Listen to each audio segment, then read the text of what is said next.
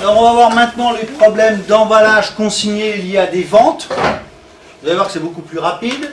Donc on travaille chez la société Alité et on a vendu à une entreprise à Bourges des marchandises.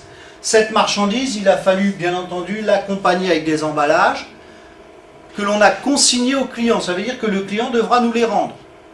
La consignation, rappelez-vous, c'est un peu le même principe que le caddie de supermarché.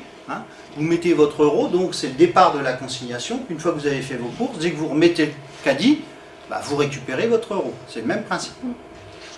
Alors on va voir comment on s'enregistre cette facture. Cassandra, vas-y. 411, 7276 au débit.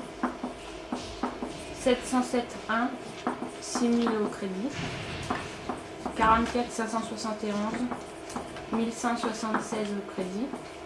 Et 41,96, 100 au crédit. Alors si vous regardez, on a l'écriture classique d'une vente. 411, 707 TVA collectée, ça on le retrouvera dans toute facture de vente de marchandises.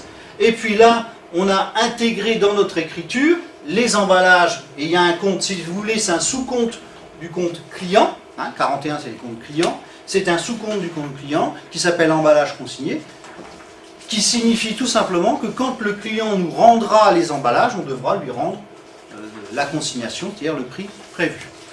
D'accord? Alors, on va passer à la deuxième étape.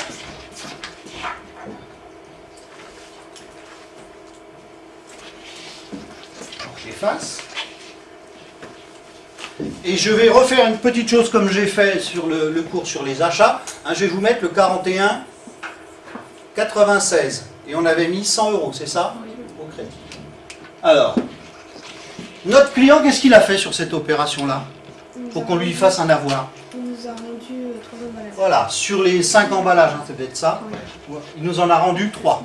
Donc nous, on va lui rendre l'argent. Bien entendu, c'est pas, comment dire, au noir, c'est-à-dire qu'il faut un document officiel, c'est l'avoir qui va servir de document officiel.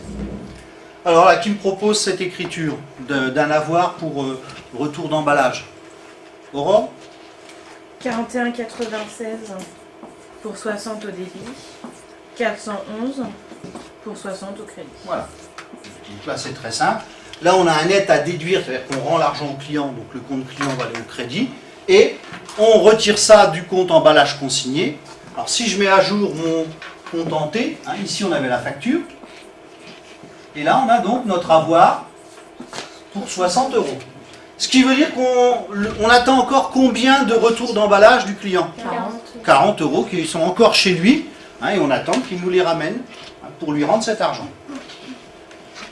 Alors on va passer à la dernière étape, l'étape logique. Voilà. C'est le client, ces 2 emballages, il ne nous les a jamais rendus.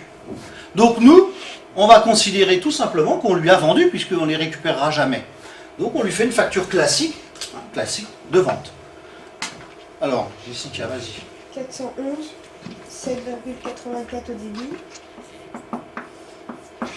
41,96, 40 au débit. 44 571, 7,84 au crédit. 708,86, 40 au crédit. Voilà l'écriture, avec l'apparition d'un compte qu'on n'a encore pas utilisé ou très peu utilisé, qui est un compte de vente un petit peu spécial. Qu'est-ce qui s'est passé? On sait que le client nous doit encore 7,84 €. Donc dans 411, on met 7,84 €. Que cet argent, il nous le doit tout simplement parce qu'il a oublié de nous rendre les emballages et donc on lui facture.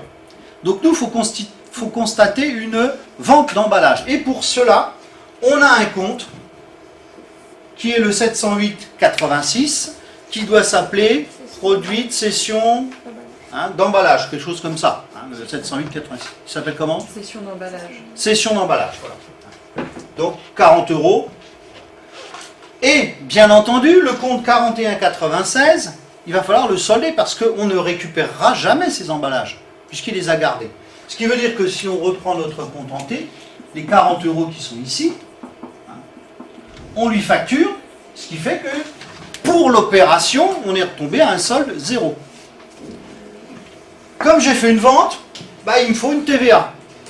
Donc, 7,84 de TVA sur les emballages, et bien entendu, bah, c'est ça qui est important.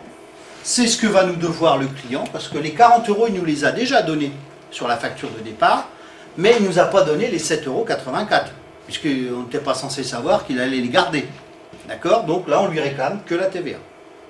D'accord? Les questions là-dessus? Non. Bon, on va passer à la suite.